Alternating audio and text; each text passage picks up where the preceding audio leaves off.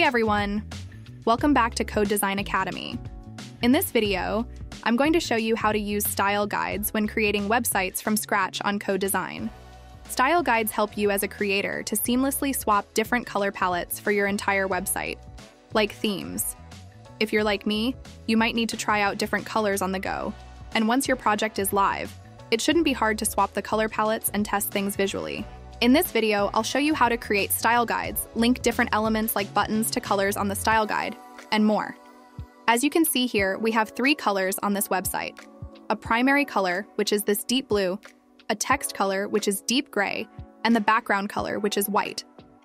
I'm going to play around with these 3 colors, create a palette, and have different themes for this design. To do that, let's go to the style guide options in the footer right here. Click on it, and you'll see the style guide panel on the sidebar.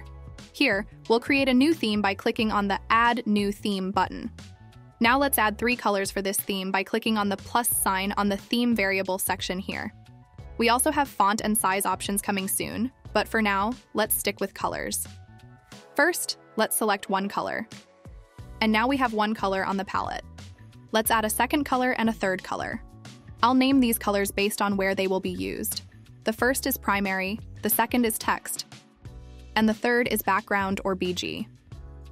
Now let's change these colors to something proper. For the primary color, let's go with orange. For the text, we'll select a dark brown or something similar.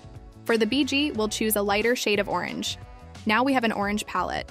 Next, we need to link these elements on the canvas to the color palettes. You'll need to keep doing this while building from top down through all the elements. Using classes can help you save time. A link to the video guide on classes is in the description below. Let's start with this button. Click on the button, and you'll see the background color is currently deep blue. Let's change that. Click on the color option, select theme colors as you see here, and let's choose the primary color.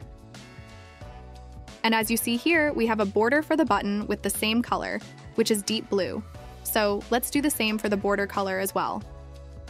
Now we have successfully linked the color of the button to the style guide, and check this out. Once linked, the color section turns orange with a link icon. Now we'll repeat the same process for the next button and link the primary color. But the catch here is that this button has a stroke style, which means we need to change the border color and text color instead of the fill color. Once I've changed the border color to primary color, I'm changing the text color in the typography settings. And there you go. The color for the second button is linked to the style guide. I'm repeating the process for the third button, and it's done. For the text, we'll have to select each text element and link its color to the second color on the style guide. So let's start with home first. Once the element is selected, we'll go to the typography settings. Here, we'll change the color to the second color, brown, on the style guide's palette. And if you remember, this second color was labeled as text in the style guide earlier. And now we have linked the color of the home element to the text color in the style guide. Let's repeat this for all the texts. And one more thing. When you are building your custom website, keep in mind that you can create more than one colors for different type of texts on the page, like headings, paragraphs, etc. All right. Now as you see here, we have linked the button and text element color to the style guide. Now let's change the background or body background of the page.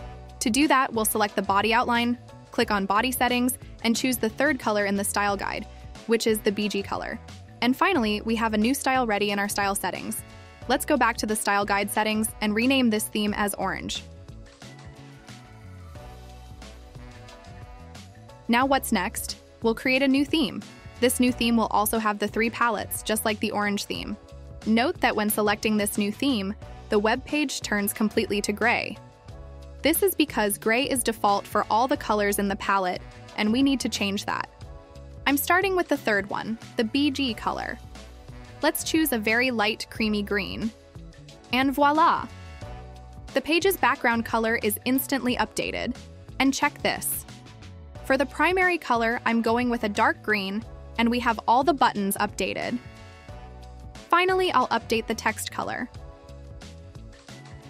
And there we go, we have created the second theme in the style guide. Once done, I'm renaming this theme as green and we're good. Now we can switch between the orange and the green theme in a click. but just for fun, I'm creating a blue theme as well. Now we have 3 themes: orange, green, and blue. You can switch between them seamlessly.